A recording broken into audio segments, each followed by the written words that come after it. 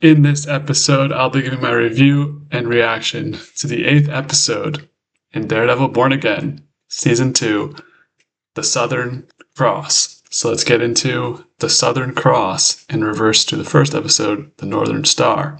I believed this Daredevil episode and season finale to be great. I thought this was everything you want to look for in a Daredevil episode, maybe a little bit more action, but the dialogue between the characters and the little interpersonal battle between Fisk and Matt, that's what you sign up for. This is years in the making of the Netflix show, and now you get it on this show.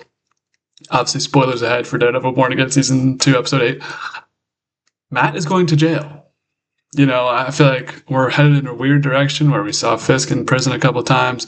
Now our hero is in jail, and not all good things happen to good people. Sometimes the bad things happen to the good people. Matt is in jail, and, him and Karen have an emotional goodbye. Finally kiss. He got down on a knee. I thought maybe, pop the question before you go, but he's just putting the hands on the head. He's going to jail. And Fisk gets to walk off free. It's a cruel, cruel world. It's not fair out there that the good guys get to have these bad things happen to them, and the bad guys get to have freedom at a beach to look at the waves and be sad.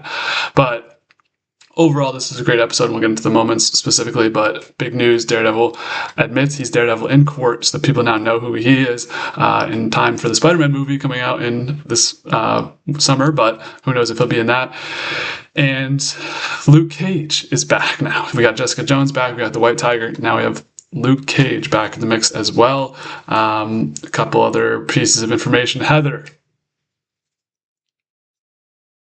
I hate Heather, but she's now becoming the Muse, so get used to Heather. Maybe that was the buildup of this season, was to hate her because she's going to be a big part of the villainry of next season, which I'm a little worried about this direction where Matt's now in prison. Is he going to be able to get out fast, or is it going to be like a 7-episode thing where he finally gets out at the end? I do envision a fight with him and the people, the task force people, and that seems like a pretty easy fight to make in the first couple episodes, but after that, are we going to, the show took a while to heat up, and season 2 was great because it was like we got Daredevil just being Daredevil and also being a lawyer. It took him a little bit to be a lawyer, but we'd rather see him in the suit than as a lawyer. But in season 1, it took him so long to get back in the suit, and now he's going to be locked away. So I'm worried this is going to become the Defenders season 2. I never watched the Defenders, and I'm never going to watch it because Stick died. But all right, let's get to the beginning of this episode. It's coming off of last week. Really a nothing burger in terms of Daniel. There were 2 moments, we watched Daniel pass away on screen, get shot by Buck, and, I thought he was a dumb character at points, but he was an affable guy, and I thought, maybe Fisk would be a little bit sad about Daniel. The episode kind of starts off with a bunch of stuff happening, but I took notice, Buck walks into Fisk's office, and Fisk's like, now I see when I get elected that, that was actually a pretty good impression for Fisk, but he said, now that I got elected, I see what is going wrong with the city and how much power requires to sacrifice. And it's like, dude, I don't know if he was talking about Daniel dying. If you were talking about Daniel dying, fuck you. And we should have got a good moment of I think there was that little father-son relationship between Daniel and Fisk. I think we deserved a moment of Fisk being at least oh, fuck yeah, kill him. At least something like that, but there's really nothing in terms of Fisk's reaction to Daniel dying. I guess kind of shows his coldness, and he just doesn't care he was a part of this battle, just as Daniel told Buck, one day you're going to be on your knees with a gun to your head. So R.I.P. Daniel, not really a lot of fanfare in that regard, but Fisk says he's got some big scheme coming, which was a total fail of a plan if it's the one I was thinking of. I think it was the plan to shoot Matt when he leaves the courtroom. Awful, but, it's Fisk, so you can't really put too much faith into his decision-making at any point in time. So, really, we're back in the trial with Karen Page. She's on trial for being a quote-unquote vigilante, which the evidence there, we haven't really seen a lot of evidence to prove it. Obviously, it's just a rigged court system set up by Fisk to really do it. But these judges, and shout out the main judge, she is an actress in The Wire. She's the lawyer for that hooks up with Stringer Bell. So cool connection there. She's back in the courtroom as the judge here. Just want to call that out. And something I did not have on my book at all. Matt and Kristen call Fisk to be a witness. I guess it's kind of Matt's way of just breaking this whole court system in this episode, and this whole like ring of corruption that Fisk has created is bringing him to the stand and making him answer questions, which, you know, it feels like he's kind of perjuring himself at points. None of it's really going to matter because he gets to go to the beach and be free. But I gotta say, the scene of Fisk walking into the courtroom, you can just feel his aura emanating through the screen. This was a great Kingpin episode, even though he's a piece of shit in it. It's really like, this is your prime Kingpin. We're headed into a prime Kingpin era, I think. Well, maybe not, you know. And we'll talk about that again. So I do love Wilson Fisk in court. He's at the on the witness stand, and this is his soapbox time. You know, he's giving a speech to the city. He's not even answering Matt's question. And Matt's like, dude, I asked you a question, but he's just like sitting there going on off one of his tirades, which that was funny to see him in this sort of position. I don't think we've ever seen Fisk in like a true trouble with the law in this way, in like a courtroom system or anything. Obviously he's not in trouble yet, but he will be. But I liked this scene, and I liked Fisk's entrance. You know, you felt that the music playing in the background, his, you know, obviously he's massive, walking to the courtroom. I thought that was a really cool scene. Moving on, we have the setup that was kind of going on through the first like third of the episode was Bullseye setting up on top of a building with a sniper, and you see two task force guys behind him, and you're like, did Bullseye just turn the page again and go back to being like a lackey for Fisk? Like, what's going on here? I was a little bit confused at that. I did feel like we kind of just jumped right into this one, which, you know, no complaints here. Season finale, maybe a couple things to wrap up, but it was like, what's going on here? But they clarify it later, because the real Bullseye, of course, he pulls up and he just annihilates them all the task force members that were up in that room, and he's like, you foe, or what did he call him, faux pas or something? Decoy, I forget what the specific word to use, but Bullseye is now in control of the sniper, which, you know, cannot be good in comparison to some of the other stuff that's happened in season 1. Anyways, great back and forth continues between Matt and Fisk. Matt pressuring Fisk to, you know, start fessing up to some of these crimes he's been committing, especially with the Northern Star and the Freeport, bringing in the smuggling and the illegal weapons. But I think now episode 1 and episode 8 all tie together in that regard, where Matt's like calling back to the Northern Star. This episode's called The Southern Cross, so it's really like a through and through story. And Fisk, I love this scene here of Fisk talking just loud enough so that Matt can hear him, because Matt's in chambers with the judge behind the witness stand. But Fisk talking, he knows that Matt's hearing him, and then Matt talks back to him. But of course, Fisk doesn't have super hearing, to my knowledge, so he's not able to hear what Matt's saying back to him. But I did think that was pretty cool of, you know, Fisk picking up on that, hey, Matt does have super hearing, and I can just talk to him in like a light voice and he'll hear me. So I thought that was awesome. I don't know if that's happened in the series before. If it has, sorry, you know, I'm not casual, guys, okay? Don't kill me. So Matt keeps throwing on the pressure, and the judge is actually allowing some of this stuff to be said, which is pretty surprising considering this whole operation seemed like a pretty rigged thing, pretty corrupt setup by Fisk. The whole court system we saw the swordsman really not get a fair trial. Karen's trial was not going well, at least in the first day of it, and she's now allowing Matt to kind of press on Fisk, and this causes Fisk, of course, to become angrier and angrier. And he's going to implode on the stand. It's crazy. You know, Matt's like, Daredevil was there. He's using the excuse of Daredevil being, or not the excuse, the evidence of Daredevil being on the Northern Star and seeing everything that happened. And Fisk's like, you really want to play this game? Like, I could destroy you by telling everyone you're Daredevil. But Matt pulls the ultimate trump card, and he admits to everyone now that he's Daredevil in court, which was a shocking moment for me. I never thought that this day would come. Like, on the grand scheme of things, I think of Daredevil as like a small, you know, he just protects Hell's Kitchen. Obviously, you know, you have Spider-Man running in New York. Is Spider-Man going to get Doctor Strange to do another spell to have everyone forget that Matt Murdock is Daredevil? You know, do we need that to be a thing? But Marvel, especially, it feels like the heroes are pretty out in the open. Like, most people know who Tony Stark is, most people know who Steve Rogers is, most people know Bruce Banner. I don't know if people know Bruce Banner, but it feels like most of the Marvel superheroes, you know, Doctor Strange, everyone knows who they are, Shang-Chi. So it feels like it's not that big of a deal to reveal yourself in the grand scheme of things. But for somebody like Daredevil, who's on the lower level and kind of only really New York guy to admit in like this huge New York case that he is Daredevil. And then he does, like, he throws his baton around the room, and everyone's like, oh, shit, you know. But that was cool to see Matt admit that. I never thought that would come up. You know, he's it took him years to admit to Foggy and Karen. He must have told Kirsten off screen before this, but really he sacrifices everything. That was his dual lives in order to help Karen out, which I think speaks a lot to his relationship towards Karen as we wrap up season 2. And this does, in fact, free Karen, where Matt just basically says this whole system is corrupt. You can't charge anybody in this court because it's all crap. And the judge is like, you know what, you're right. And I thought Matt did a good job of calling that out, being like, judges, you're just going to basically put down the gavel and say this is Fisk running this court if you allow this to proceed.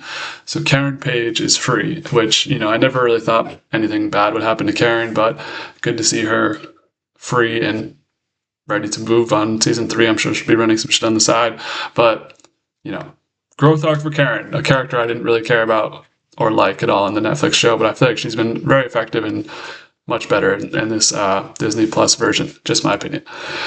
So who else walked into the courtroom? I didn't even mention this. Jessica Jones just walks in with the governor of New York casually.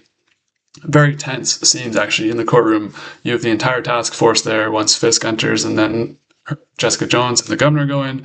Cherry's also there, so it's it's basically, this whole episode is kind of setting up this war that might happen in between the two sides of New York, the people who back Fisk and the anti-vigilante, and the people who are on Matt's side seeing Fisk's corruption.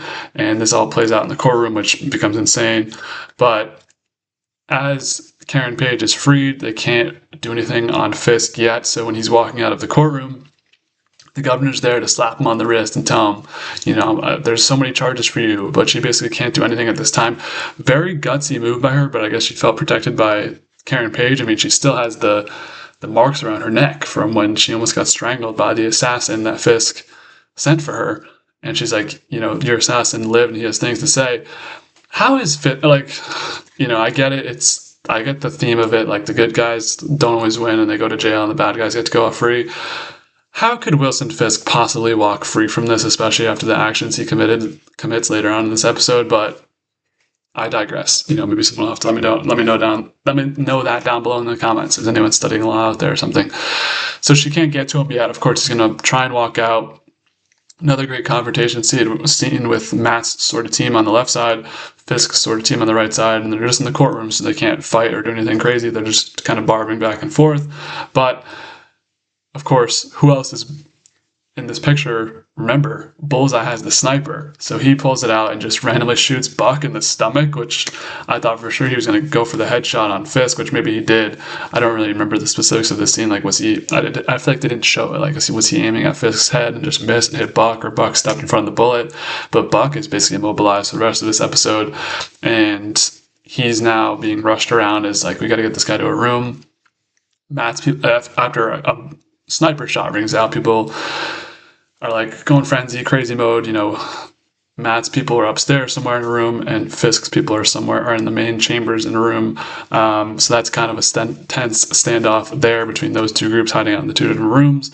Bullseye just shoots the one shot, then leaves. I guess, he had the DC guy's number, so he was able to just dip the set and be good. But I don't know, I feel like maybe you take another shot, and Bullseye's supposed to be this marksman, but he missed on Fisk. Well, I guess Matt jumped from the bullet, and now he missed on Fisk again. Maybe Buck jumped from the bullet. I'm not sure on the specifics of what happened with the buckshot, but whatever. Buckshot, there you go. There's a little play on words. Anyways, now we have these two groups in a standoff. It's kind of just waiting for the pin to drop. There's people gathering outside, all wearing Daredevil masks, a lot of red, which made for some good visuals throughout the episode of this sea of red people trying to, get in on this corruption and not cause a riot. They are causing a riot, but end this corruption. It was cool visuals of seeing all those people in the red and the masks. And Fisk, of course, goes live on TV and he's rallying the troops, which it doesn't seem like he has a lot of public support anymore. And that's kind of a story that I just want to notice, where it seemed like in the first couple episodes, I remember there was a BB report or something, people still supported Fisk, felt like he was doing a good job of getting rid of the anti-vigilantes. People were still running with that narrative. But it doesn't seem like there's a lot of supporters, especially when right after that, BB Urich runs a report where, Daniel let her go, so she better do something good because Daniel, we lost him. But she does clap back with her reveal in a video of the fake mayor. I forget what those videos are called, but she's got the Fisk mask on, like, I'm corrupting you guys and it's all because of me. And, you know, she does her little thing, but she reveals herself as the person behind those videos, which we knew as the audience, but they didn't know that. Where I feel like the BB scenes have been like far and few in between. Like, they kind of are just like, we have to keep her in the show somehow. You know, I feel like we need more BB. She was a big presence in season 1. I feel like in season 2, she's kind of took a step back, but who knows?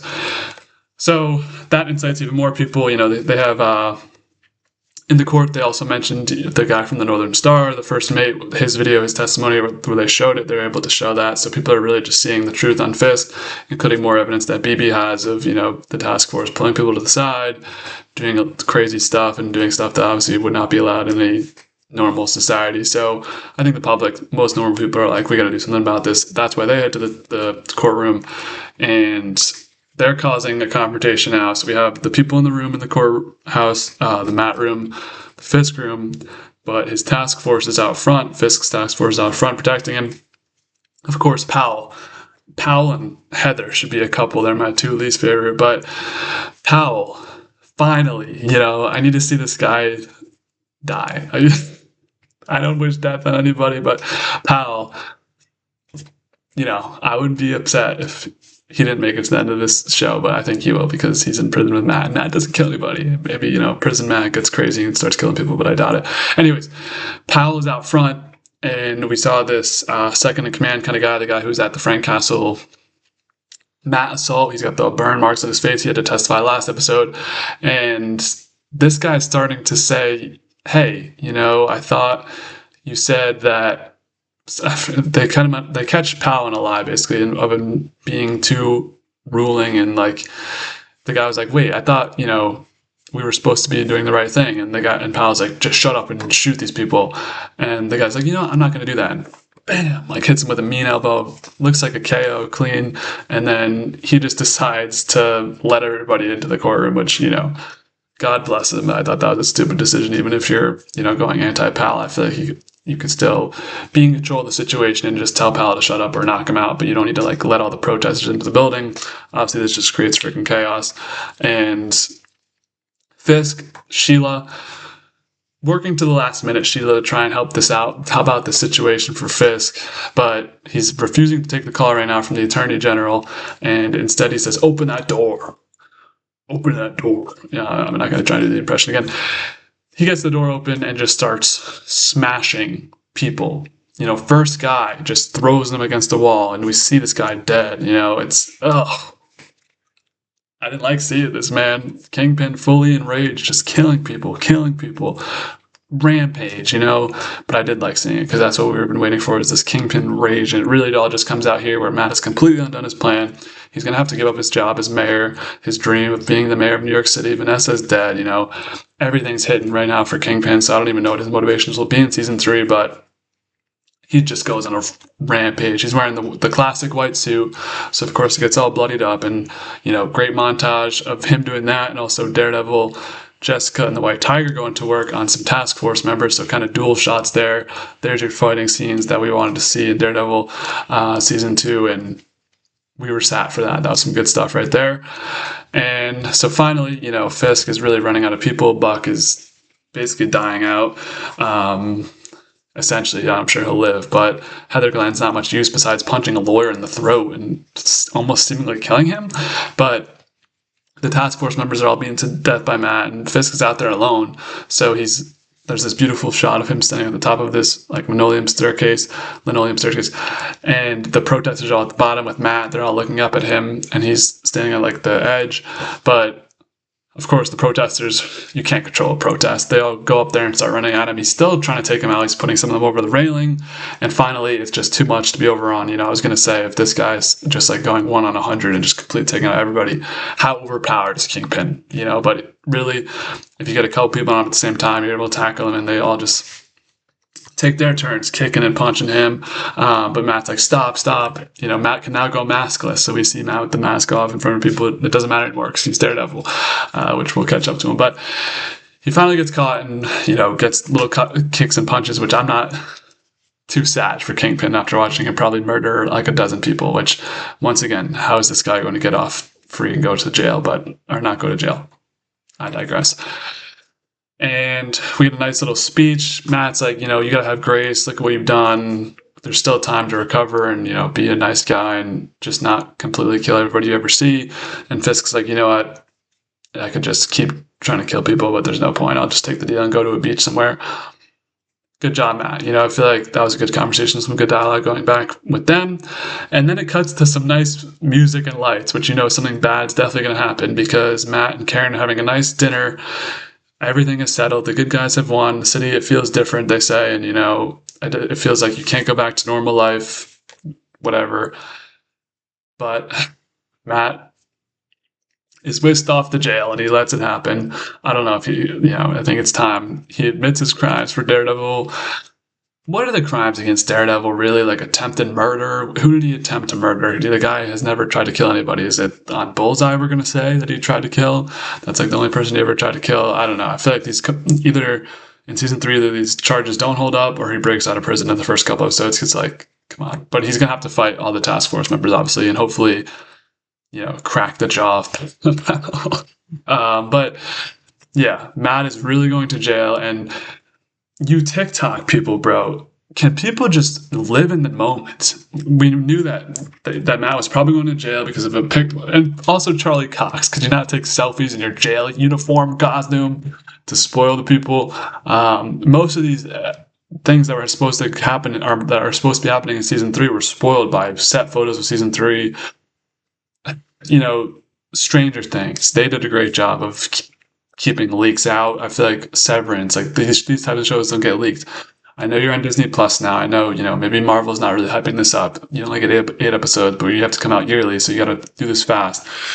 Can we get some protection on this? Like, can we not have cast photos leaking of everything? Because we knew Matt was probably going to go to jail because he's wearing a orange suit.